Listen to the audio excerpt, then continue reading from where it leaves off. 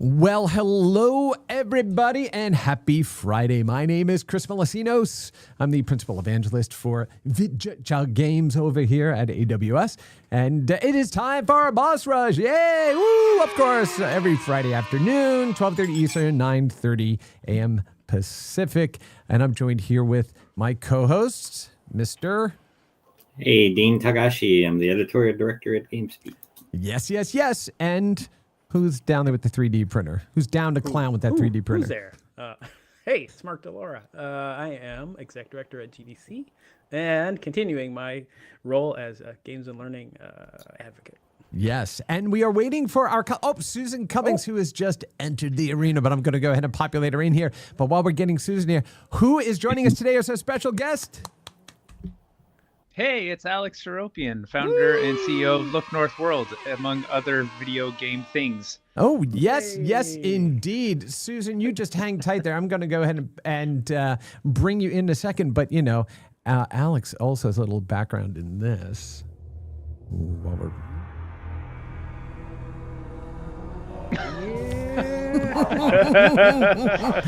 What could Getting chills. Possibly be? Did you add the dog barking, or somebody have a dog? Listen, that is how we do it because we are so professional. That is how we go ahead and get that done. You know, we get everybody involved. Dogs barking, cats and dogs living together, mass hysteria, right? And we also have with us our fourth co-host, Miss Susan Cummings. Yay, Susan, how are you? Hey, Susan. tired. I just got back from London. And boy, are my arms tired. No, don't. My arm does hurt, actually. Thank you. Woo, I'm so happy. We have the whole crew in today, which is great. And for people that are joining the live stream, please go ahead and share this out to your walls. Let's get more people in. And yeah, gang. Yeah. Happy Friday. It is ripping right through October, which is ridiculous how fast the year's going. But everybody always says, like, can you believe it's October already? But yeah, it's October already, damn it. Hey, I have a random suggestion for you guys. I don't know if you thought about this, but since you guys air on Fridays, it might be fun for you guys to run like a drinking game or something. Not that we condone drinking. You could take a shot of like coffee or whatever, but for anybody watching live, anytime you get an email from Dean, if you just take a drink, that might be good. We will all be plastered. It's an expansion opportunity for the GamesBeat franchise. GamesBeat tequila. GamesBeat Might be more like GameSpeak spam than Dean spam. I thought you were one of the same. Oh my goodness. I kid. I get a lot of value out of reading your emails. Oh, of course. I'm very excited for you. Is this like your gig now? Like it's all spun out, right?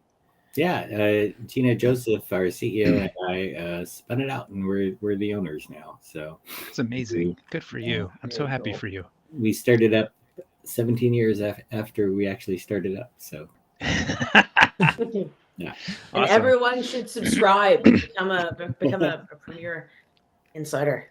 Oh, hell yeah. Yeah, but like, you know, Dean 100%. was saying before, you know, it's like, it's like raising a kid. It's like 17, 18. They're about to get out. So now they're starting. So they're at the starting line. But it has been 17 years for you, Dean. It's been so much longer that you building that brand, building the reputation that you have in the tech industry and the games industry. I remember, meeting Dean way back in the day when I was at Sun, when we were just getting into games like in the 2000, I think it was. Sun Microsystems. That's right. Nobody denigrate the name of Sun. Yeah. But yes, it's I mean, awesome it's nice for us to just continue our business and take what we started out of VentureBeat. But it makes me appreciate how so much harder it is for startups to get off the ground with zero revenue, a bunch of employees, and no funding. It's like, how do people actually do that? You know? Welcome to the grind, Dean. But you're no stranger to the grind. You have the personality to persevere and persist. So it's gonna go great. Oh, thank you. Yeah, absolutely. And they're already making some really wonderful moves. In fact, that should be the first news story of the day here. Before we jump into Alex's background, I want to talk to you about the Fourth Curtain and the amazing work that you're doing on there. But since we're on that topic, Dean, you have an announcement about some new folks that have joined your organization, right? Oh yeah.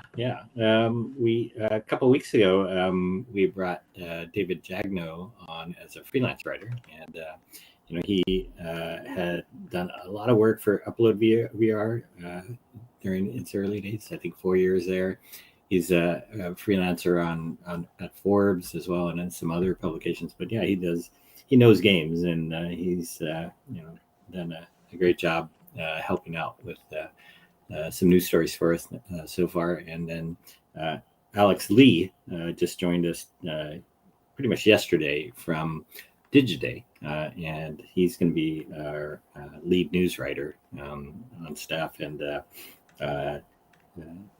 he took some of the title that I used to have, which was lead writer at VentureBeat, but now I'm editorial director, and I'm still writing. But Alex is also going to be sort of joining in, and he's based in New York, so he's going to take advantage of that, writing about advertising brands, etc.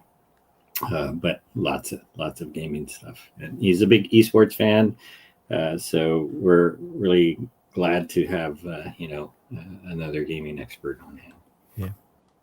Yeah. I mean, Dean, how has it been going from somebody who, I mean, basically on the day-to-day, almost as an individual contributor, just writing, but now you have to go to managing more writers, managing more of the business. How has that transition been for you in kind of the startup phase that you're going through? Well, it's fine for me because Gina is doing all that work. Gina is the CEO, and she gets to have that wonderful title and all the responsibilities that go with that. Editorial directors, we just sort of do what we want to do. I like that. I need to be an editorial director. Yeah, exactly. But now she's like, Dean, I've got some KPIs that we're going to need you to. Yeah, but we're just thrilled how well everything's been going on. I mentioned piggyback subscriptions and memberships. Yay. That's right. Yeah, now you're the face, the pitch face, right, of GamesBeat. Now this new startup that, like you said, 17 years in the making, but now it's awesome. It's awesome. All right, let's go ahead and jump a little bit into our guest here today. So, Alex, I know that you're new to the games industry, so we're here to help you navigate all of that. And it's a wonderful space. If you need any contact stuff, I gotta say, I'm looking at the screen here, and it's reminding me of the Brady Bunch, and I'm trying to remember was Alice the one in the middle in the little pictogram in the credits? Who's in the center? I believe it was. Yeah, maybe I'm here to sort of make this group functional alcoholics. I don't know what were the Brady's. What were they? You're holding it all together. Thanks for being here. Yeah, closet deviants, all of them. So, but yeah, one thing I really love about this industry is people. It's hard to get out. And I mean that in the best way. It's I think, I don't know if you all are the same as me, but I've had a few different acts in my career, and every time I've had an inflection transition point, I've always looked over the fence at what is out in the rest of the world, and I've tried to imagine myself like, oh, what would it be like to make productivity software, or what would it be like to have a actual job, or whatever. And it's like, I always I don't spend much time, I have the fantasy, and then I always get pulled back in. And what it means is I think it means as we learn and grow, we tend to run into each other a lot. I think I've had 75% of this crew on my podcast. It's a thrill to be here and hanging out with all of you. Chris, I've gotten to know you over the last year or two as well. And it's just, I don't know, it's one of the joys of this industry. It is. Apart from the craft is just constantly learning, is that we kind of get to know each other and see each other, things like GDC. Thanks, Mark, for carrying that mantle. So yeah, I don't know. You just made me think about that when you were calling me old. I wasn't calling you old. I'm saying those of us here joined together, And, so hurtful, Chris. I remember when you made fun of my tan, and now you're making fun of. I didn't make fun of your tan. What I said that is a good. No, I said that's a good British tan. That you had. Look, listen. You don't have to take offense to it. Look, I mean. I glow most of the time just because I either burn, that's a statement, or I'm just, lighting up the room with this magnetic personality and smile. But no, I had the opportunity to interview Alex for the Game Industry Legends series that I had done, and that was just so much fun, right, to go through. And speaking of those types of interviews, let's talk real quickly about this site here, the Fourth Curtain. So, look at this. Tell us about your podcast. Fancy, right? Right, and the amazing guests that you've had on. Right, which, by the way, I've also talked to some of them, so you're not that special. No, I'm just kidding.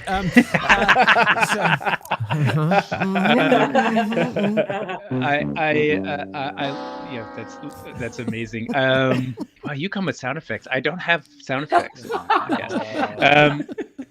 Let's see.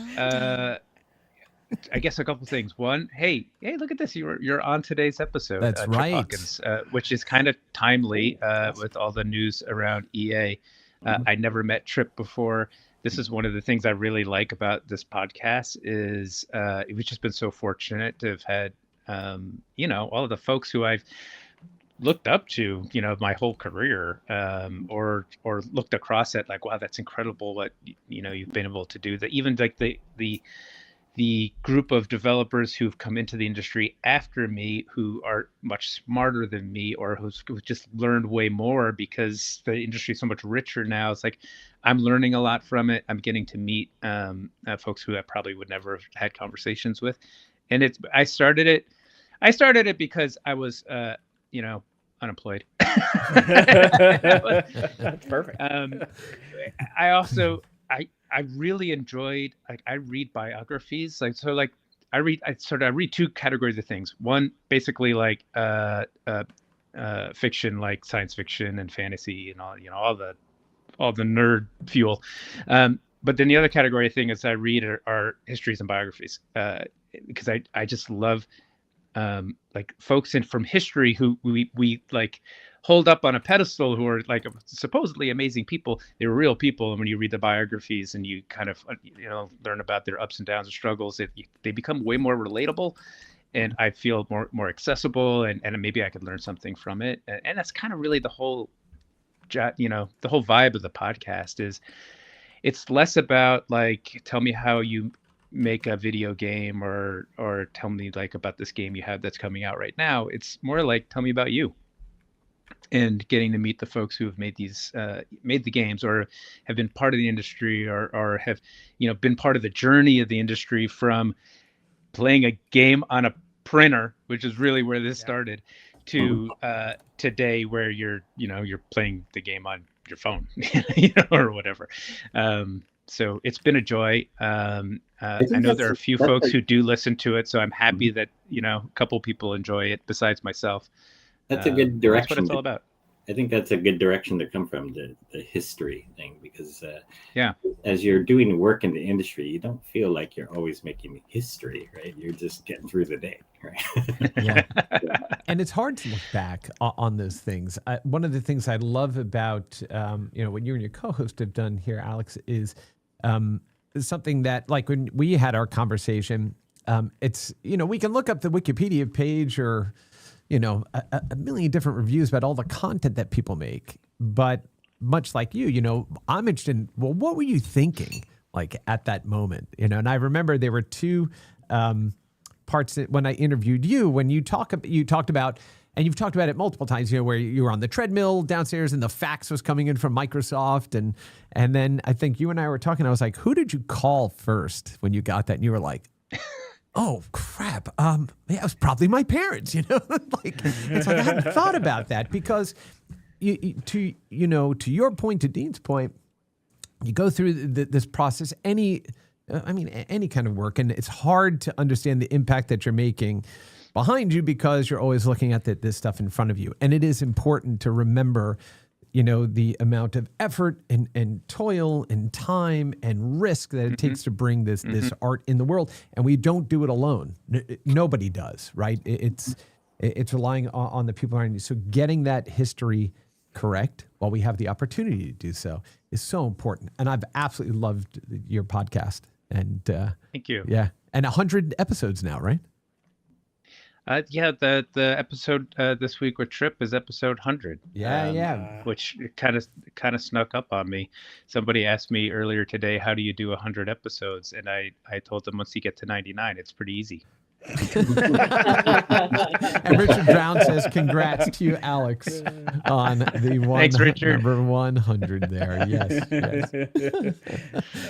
But let's also talk about your other endeavor here, which is Look North World and the 2025 Game Changer Award-winning studio here. Look at this. Tell us a bit about, for those that don't know or may not be aware of this work that you do, right? This company that you founded.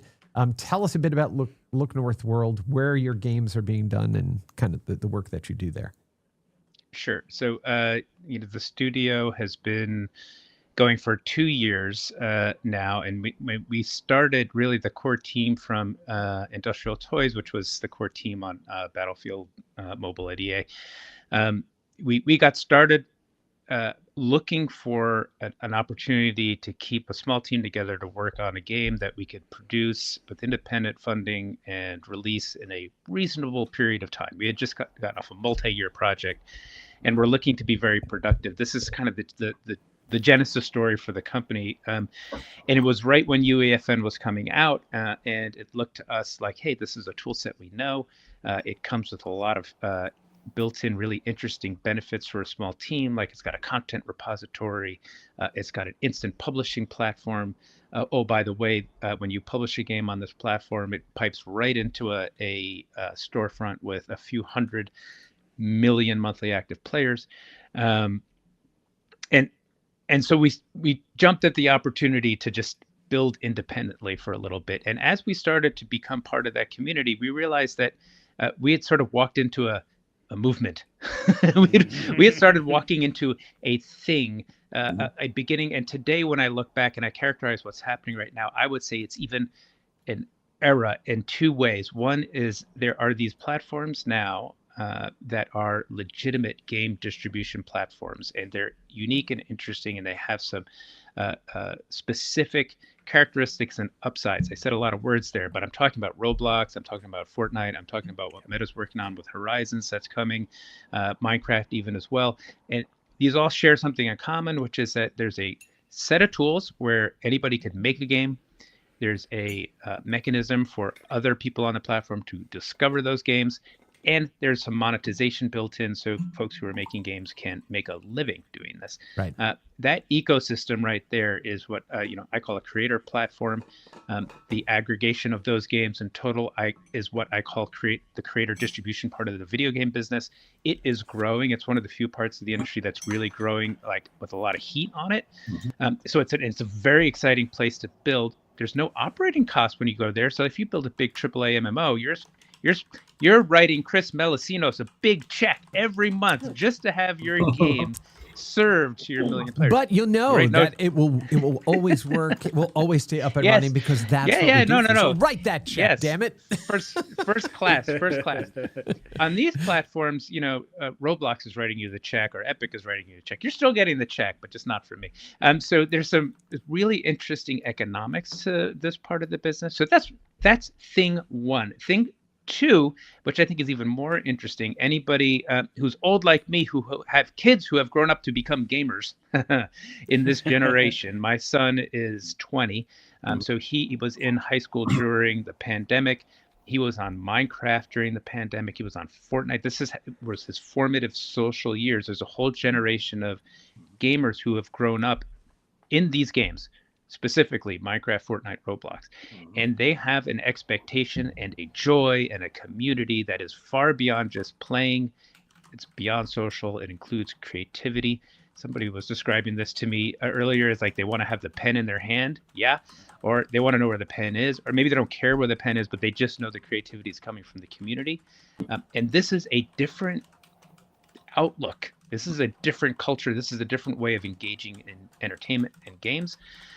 You can see it is having an existential impact on not just games, but entertainment as a whole. Just look at Netflix's investment into games over the last few years. They look at games as where the eyeballs are.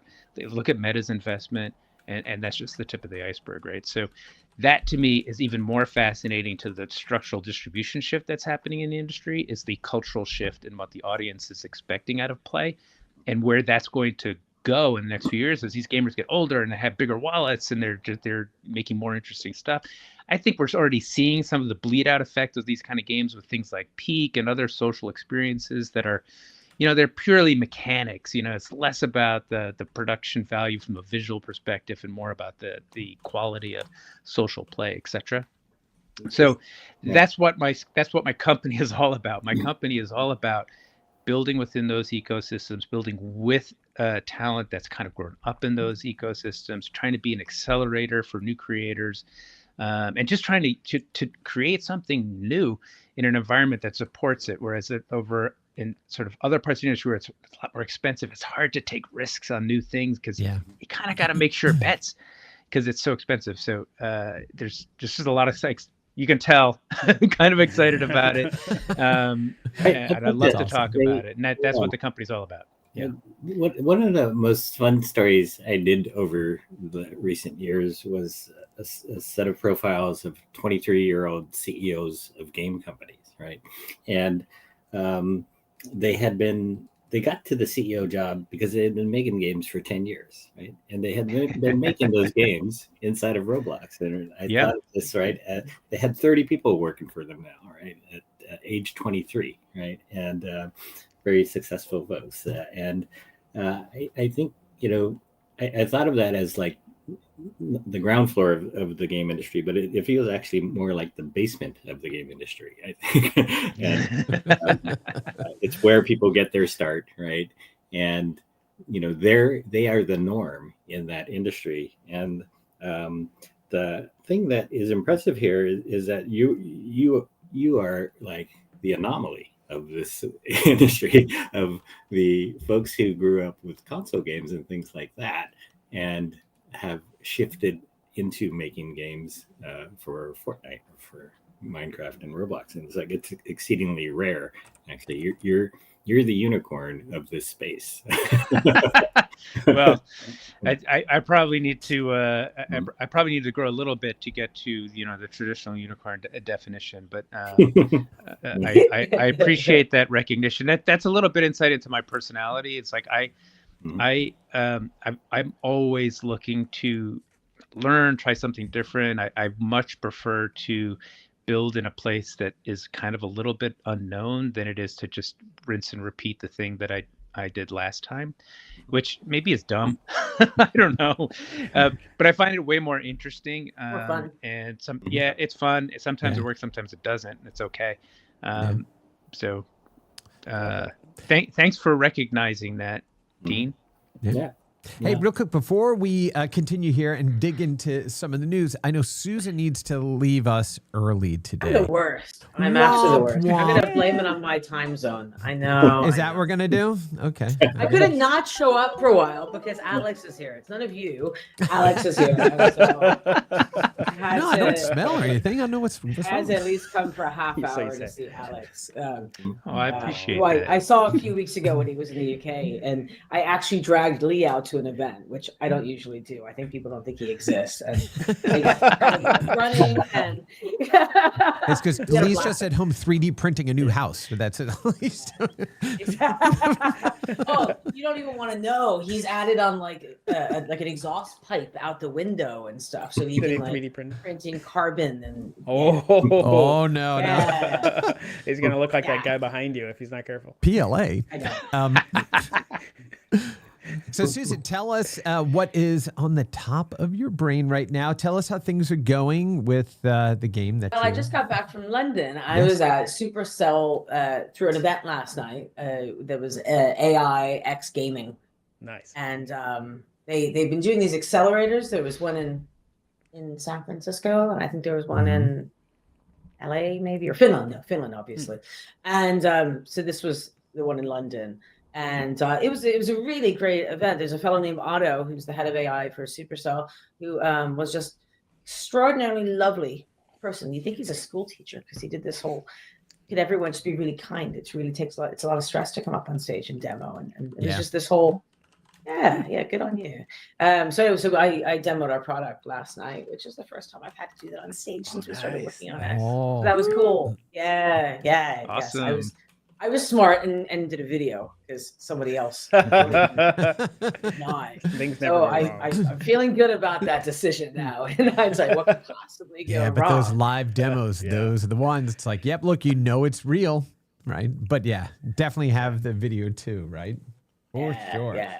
So I did it was really funny. So I did Ilka versus Tim Cook. Which was a good laugh, to the Supercell folks. So that was fun. It was, it was an interesting day. There was lots of chatter, and folks I knew, just talking about the industry and the EA thing and what's going on with that. This new thing that's coming about in Europe about IAP rules that have a lot of people up in arms over here about what that's going to be. And Ilka actually wrote a letter to the industry about that. So that was discussed. And there was also a lot of discussion about private equity companies starting to look at more roll-ups in the industry. I thought it was very interesting and worth mentioning that Griffin bought a game publisher. Yeah. Yeah. I don't know what that means. That's where all the investment money is going now. So. Funny the scale of the roll-ups now is like EA just got rolled up, right? Yes. Exactly. Yeah. I missed that. Who did Griffin buy? Who did Griffin buy? I missed it. What was it called, Dean? Do you know? Play Digits. Play Digits. Play Digits. They spent $12 million to buy a mobile. And I have no insight here. So all I could think is, are they going to buy some studios now and try to smush it together like what happened with Relic and Amber and all those guys? It's got to be, right? What's a VC? It seems like a sort of a redefinition of what they're doing, if that's what in their venture. Yeah. So very, very different behavior. Maybe we'll have to get somebody from Griffin on here. Yeah, we should. Let's do that. Because I didn't see any quotes from Griffin in any of the press. It was all quotes from the other side of it. I'm noticing that too. How strange. Yeah, Griffin actually does that quite often. They highlight their the company they're investing in or something like that.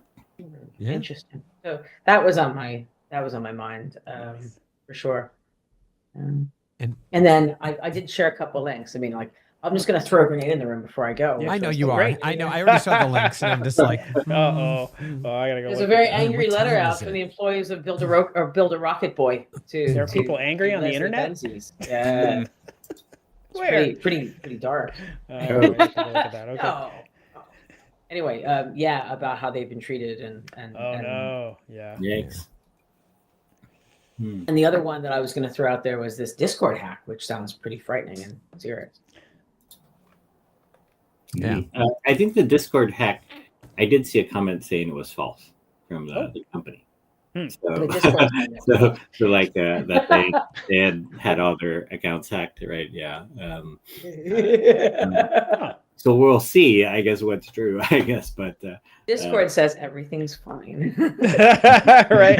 Yeah, that is a strategy, I guess. It's kind of rare for a company to come out and say, no, we've not been hacked, right? Because it makes them a target, right? But still, we maybe jumping the gun on that. Did you guys already talk about the EA buyout last week? I'm guessing you did, right? That was last week. It actually happened. Yeah. We extended by another 30 minutes because there was just so much going on, right? It's Yeah, what are some of your impressions of Yeah, it? what do you think? Well, Also, I we're was gonna let curious Susan whether. go. We're gonna let Susan Yes, go. I'm She's going to gonna- quietly duck out here because I'm late Okay. for dinner Okay. downstairs. All right. Bye, Shut Susan. Great to see you, Nice Bye. to Susan. Good to see see you. you, We Alex. love you. See you all. Love you We'll too. see you soon. Bye bye. I was curious what you guys thought. I mean, I have lots of feels, and I think I read. I think it was Eric Kress had an opinion about long term what it sort of. I sort of agree. He said one thing I agreed with, which was, as far as buyers go, the sovereign wealth fund does seem like the folks that are involved and manage that money do seem to be gamers. I don't know. I don't have firsthand experience, but all the secondhand experience that I have and know about, that does sort of ring true. That I give the benefit of the doubt that their involvement in the acquisition has good intentions, and the intention is to preserve and grow and make it more fruitful. That seems like a good thing. It also seems like maybe one of the only outcomes that, or maybe best outcome for the shareholders of EA. So I don't know. Those were just two quick thoughts. Yeah, I think we, I counted them up, and EA had 144 quarters as a public company, right? And at any given point along the way, if they missed, their stock got cratered, right? And, the value would go in half or something like that, right? Sometimes, and I think that escaping from that treadmill is one of the good things that could come from this. They do have the debt holders. They're holding on to $20 billion in debt, and they want to get paid $1.5 billion a year or something like that from EA in order to keep it all going, keep the lights on. But EA, I'm told, throws off $2.5 billion in cash flow a year, right? And so it is like a junk status sort of level of debt, but the company at the moment can pay that off. And if you think of those 144 quarters, like they're down to something like 8 franchises now. And when you're like, if any one of them goes off the rails, they could crater the stock, right? So I think I think this is a very it's a relatively safe path for them to go down. Yeah. I mean, look, obviously none of us have access to materials, right, for the company or anything else. But if we think about right, I mean, hindsight's 2020. So when you think about kind of the restructuring of the organization just a couple of years ago into these 3 different swim lanes, right? You had sports, and you had like all the shooters and everything else, and you had everything else that EA had kind of in the middle there. You kind of go, okay, why, how are you deploying your assets, resources, technology, from marketing all the way down, right, into those 3 buckets, to try to go ahead and continue to build against the vision that they've been walking down for a long time. When you look at the revenue against the cost and where they are in the space, right? I mean, Alex, you brought it right up. This is also focusing on the shareholders, right, that have put their money into EA, and how do they continue to build on the brands, on the legacy of the company in a way that can be positive going forward. So, for me, it's always assume best intent, right? Because, it's not like we want to, or anybody wants this important brand and part of the fabric of the industry, right, to go away. So I would say, having worked there, I got to imagine that this will be good for the company's focus. Specifically the quarter over quarter results thing that you're talking about, Dean, is a real thing. There was always management to the number at the end of fiscal, which caused it forced the hand of some decisions. They may have been good decisions, so maybe that pressure will be missed. But often, they have a financial motivation, not a game quality motivation.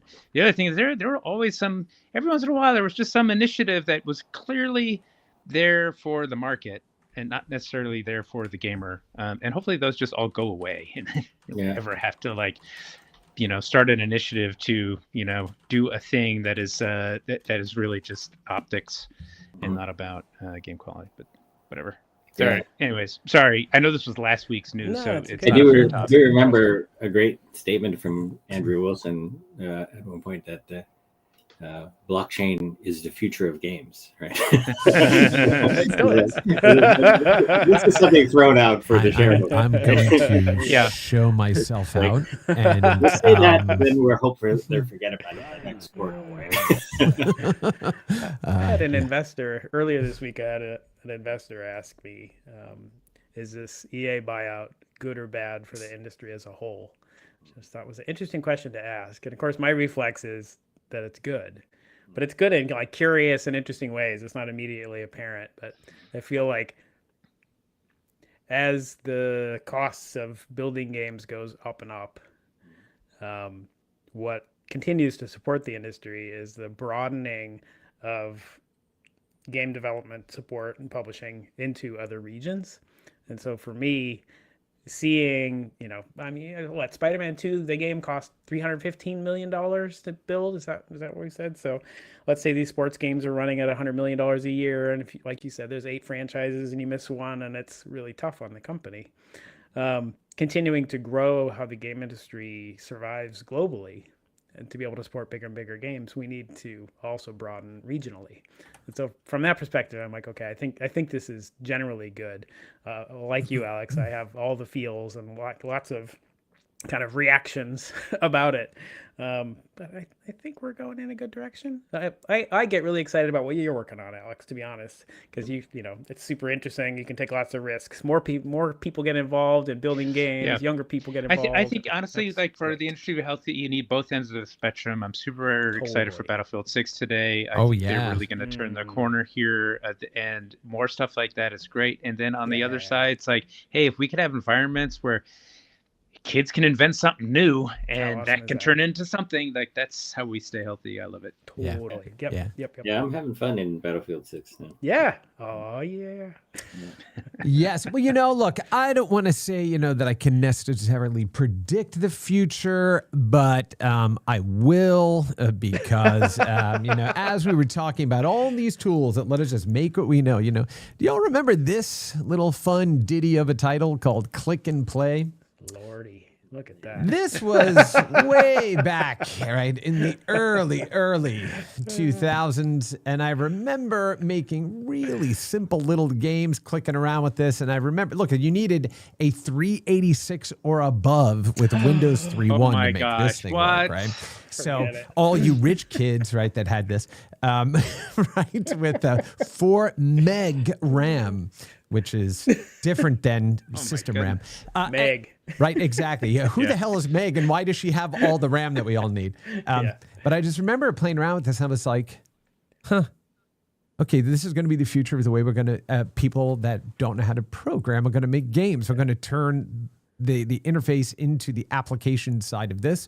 We're going to allow people to move up stack. And I remember, Mark, you'll remember I think it was the boss level private industry forums where I was just like, hey, doesn't anybody think this is going to be, it's that guy from Sun. What the hell does he know? They sell servers. They don't know what they're talking about. I'm like, well, goodness gracious. And I think I still have that disc somewhere in the house. My goodness gracious. You just showed that CD, and it reminds me, I as I've been going through my mom's house, which I've described numerous times now, I found an AOL CD in the little metal tin. Oh yes, you got it now. Just one? Only one? Only one so far. Oh yeah. I was like, holy cow! Yeah, there's another 14 leveling off a table somewhere. Yeah. It's funny you showed that though. There's been so many different game creation tools, and it didn't really occur to me until you just showed that disc that's part of the evolutionary chain that's led to Unity and 100% Unreal Engine. And I never would. When we were started Bungie, we had to make our own engine because there was no engine. Right. And sort of everybody else was already in the same boat. But today it's like when you're trying to decide how to create a game and bring it to market, it's like it's very, very rare to kind of roll your own tech. Yeah. So it's really kind of flipped the other way, Yeah, it has. It's put in but at the end of the day, the tech doesn't matter if the game's not fun, right? So it doesn't matter if you're. Did you just say tech doesn't matter? It doesn't matter if the game's not fun. It just doesn't, right? And listen, I found a very old video from. Oh my goodness, this is a long time ago. Maybe I don't know, almost 20 years ago or so. I was actually giving a presentation at a Department of Defense conference. And I started off this presentation showing the Harry Potter Puppet Pals video. So you imagine these officers sitting in the room going, what the hell is this like dyed-haired video game idiot doing, right? Showing us the Harry Potter Puppet Pals. And the point was that, it was made by a group of kids with a $200 video camera in New England. And the reach of that video was the same as, a $20 million, local news affiliate.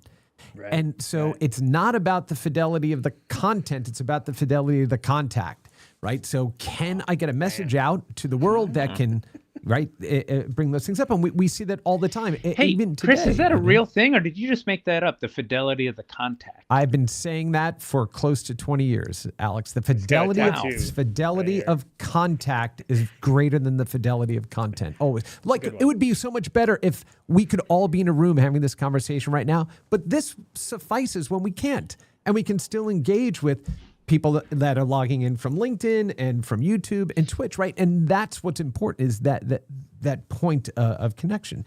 And we see that even with games today. Like, look at Gorilla Tag. If you looked at it right from a game development and an art perspective, like there is no way this thing should be as big as it is, but it is, because it's about the act of play and the enjoyment there, right? And that's part of why this is an incredible art form, because it doesn't always need to crush the renderer to be of value, to be of service, But it should. I'll say probably the game I had the most fun with last year was Balatro. Yes. Nice. Which I think is an excellent example of, design and play over necessarily pushing all the pixels. Yeah. So I have a question for you, Alex. So you've worked at EA, and why doesn't it make sense for EA to have something like 100-person team just working on new stuff? And maybe they have a lot of that. I actually don't know about it, but I never see that stuff see the light of day, right? And it reminds me of Ubisoft and how they should be more successful, because they have that. They had continued onward with that tentpole strategy where they had Assassin's Creed and it paid for all the other experiments that could happen. Right, and they've been the most experimental AAA company there is. Sadly, they have not been the most successful one, and I don't know if that's the lesson that, say, Activision Blizzard and EA drew from that process, I guess. But it always seemed to me that they've got so many big operations, big hits, that they could have actual R&D. Yeah, you would think, but if you look a couple layers through the onion at their history and sort of how they manage the company, and I think maybe some of this is related to the fact that they are a publicly traded company that has to deliver quarterly. They've built an incredible business on being able to create predictable cash flow out of games that they can release at predictable cadences, particularly on the sports side.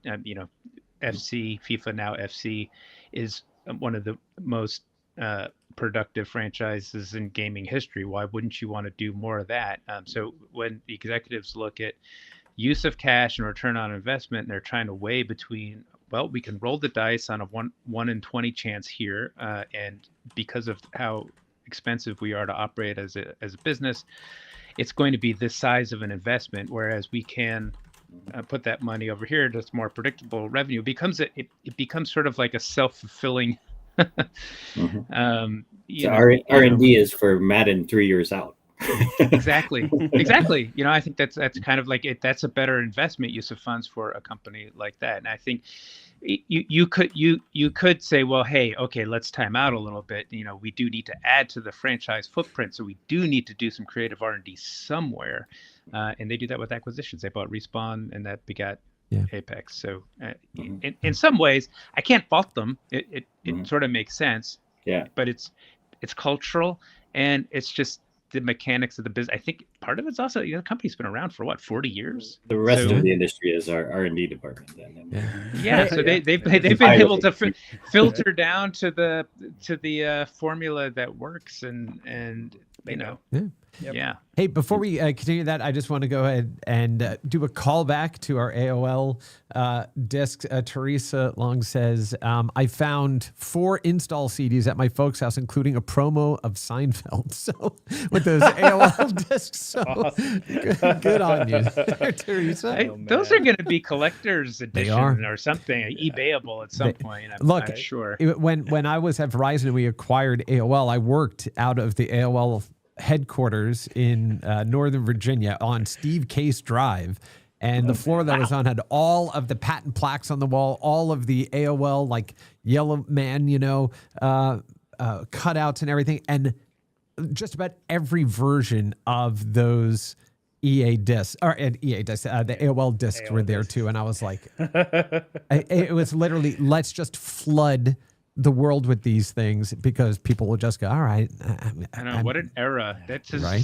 that marks such a point in time. It does. It absolutely. And now they've bulldozed it to make just another data center.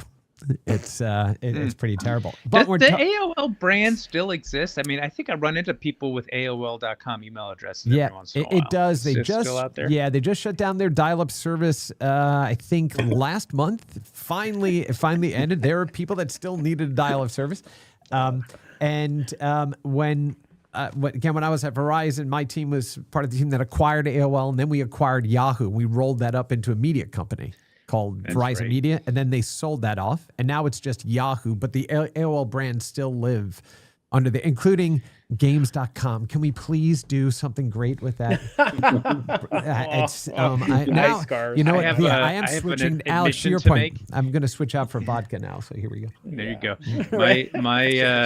My dark little secret is that up until maybe the beginning of this year, that my homepage on my browser when I would open it was myyahoo.com. Hell yeah. Yeah. Hell And yes. they kind of discontinued it at the beginning of the year, so I just don't open my browser anymore. Who needs it? Hey, going back to the EA discussion, as we're bouncing around, Jason in the chat there. Hey, what's up, buddy? Thank you for joining us today.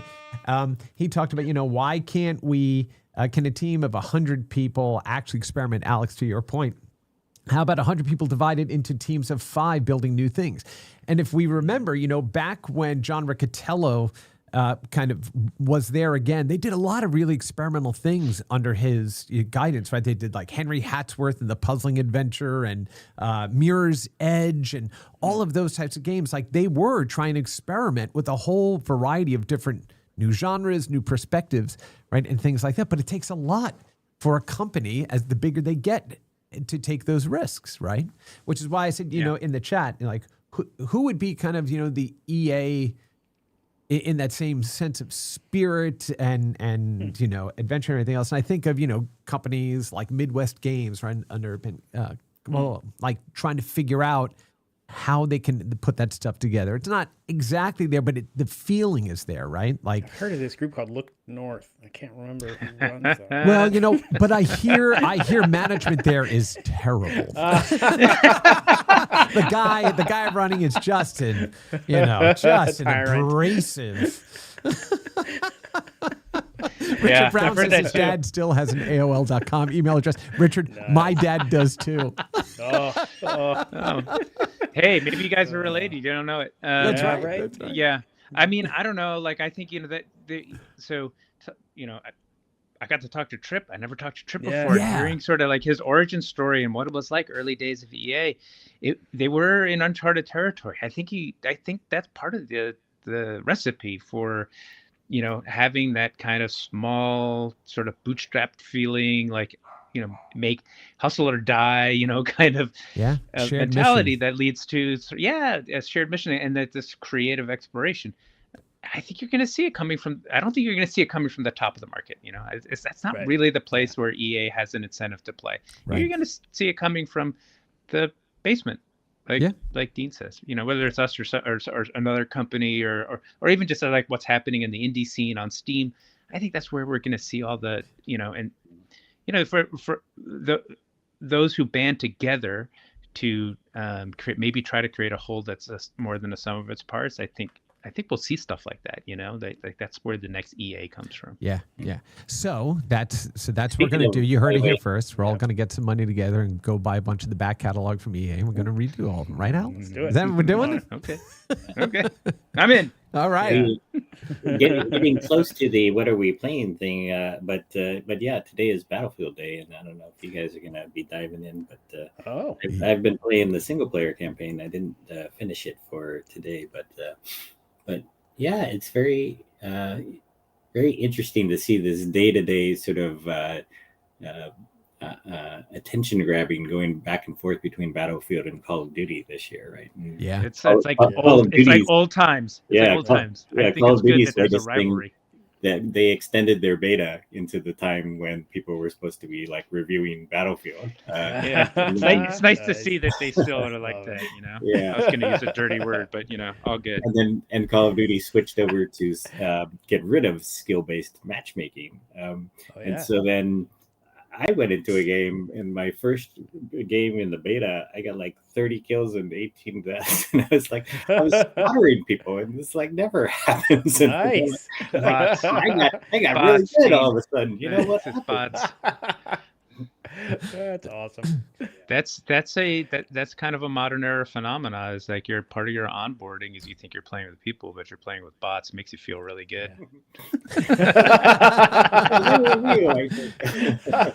and then you jump into play and went, wait, I'm actually good. What's happening? I'm good at this game. How did this happen? Yeah, exactly.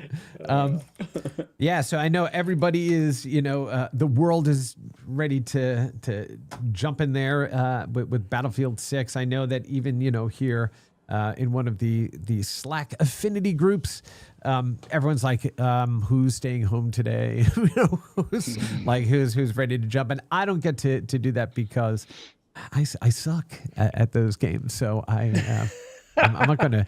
There's plenty of other things I can frustrate myself with. But Mark, you also, I think there was some other an announcement that came out today about a sponsor for GDC.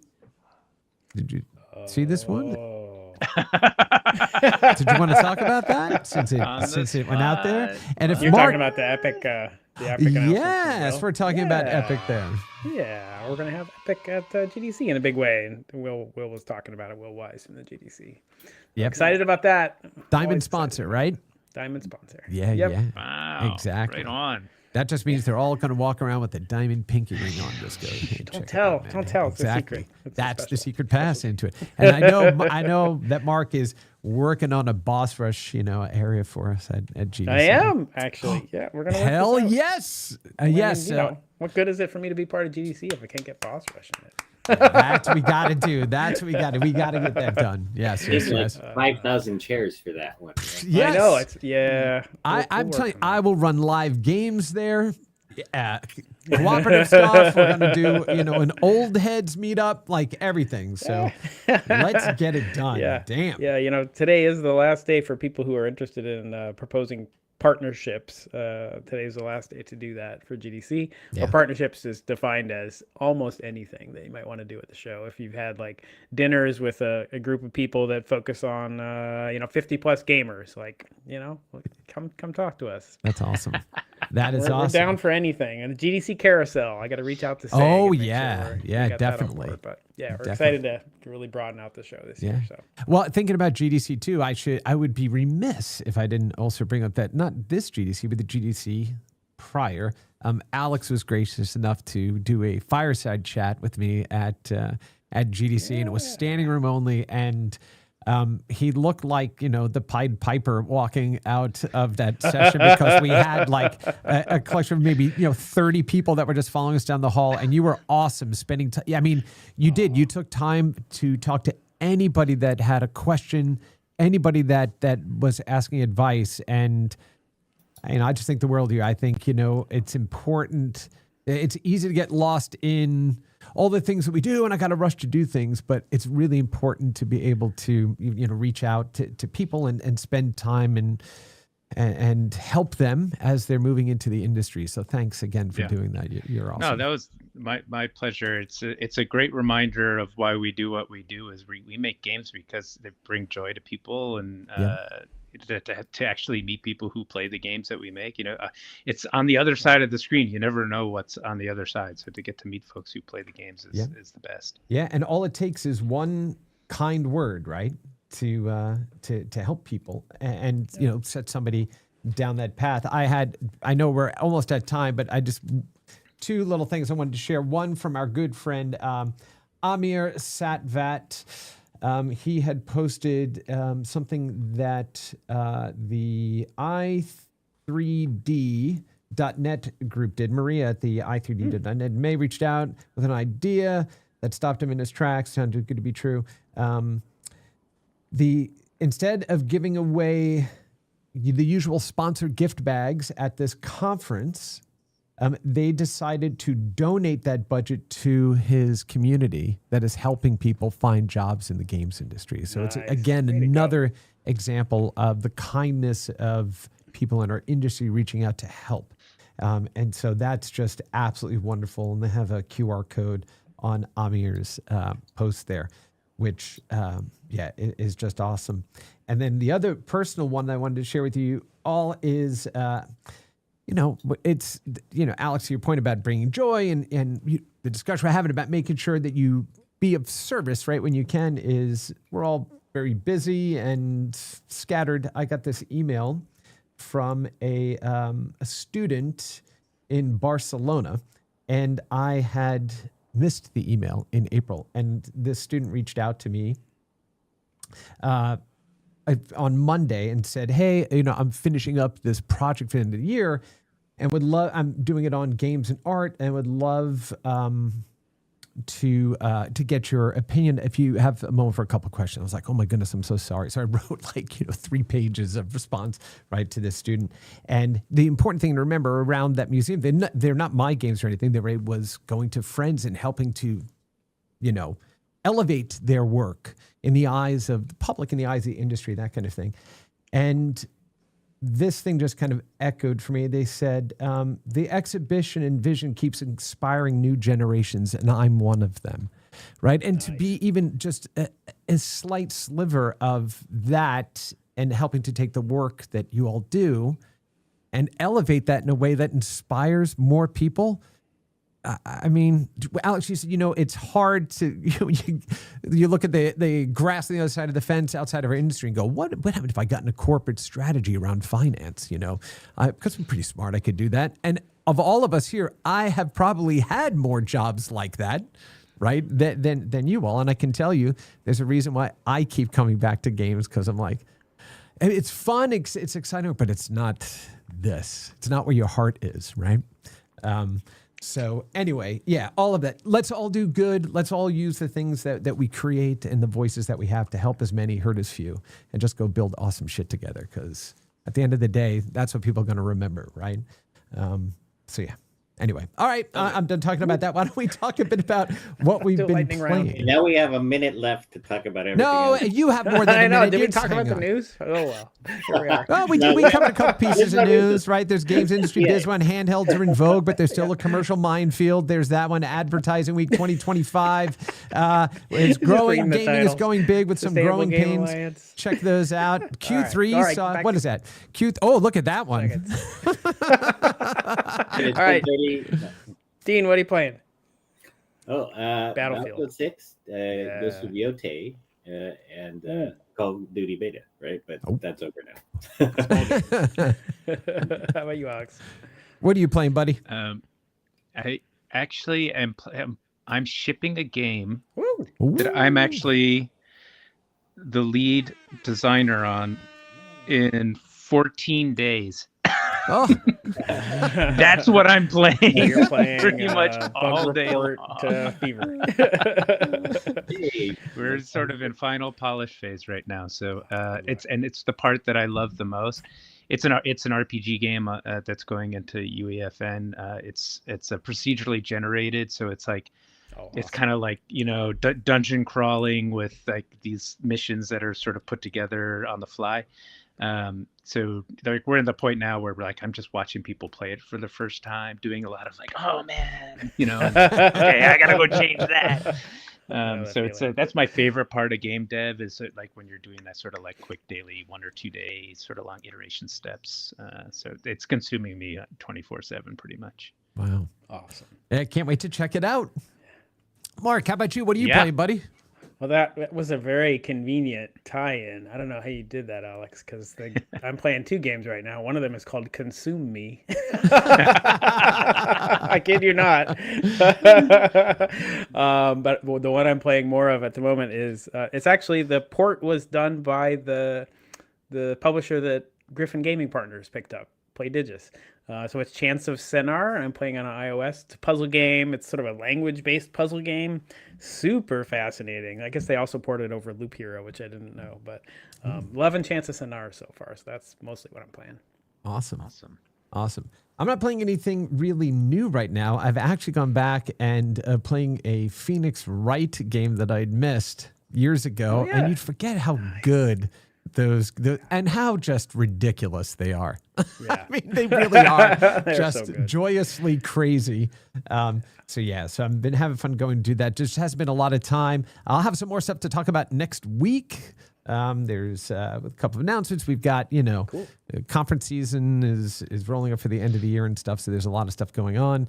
But yeah, that's it. Still trying to finish, Donkey Kong. And what else am I doing? My goodness gracious. I have no idea. What day is it? It's Friday, right? It is Friday. Because I know, because I'm here with you, all my friends. But anyway, so that's going to wrap it up. We're 2 minutes over, but, that's the way it goes as we fumble every week through this. Alex, thank you so much for spending time with us today. It's so Thank you. good. Pleasure to you guys. Yeah, it's Good to great to see see you, you man. too. And everybody, Yeah, make thanks sure for you joining tell your friends about Boss Rush every Friday, 12:30 Eastern, 9:30 Pacific. You see us on LinkedIn, on YouTube, at Twitch. Tell your friends. It's a lot of fun. Have a great weekend and an awesome next week. And we'll see you next week on Boss Rush. Bye.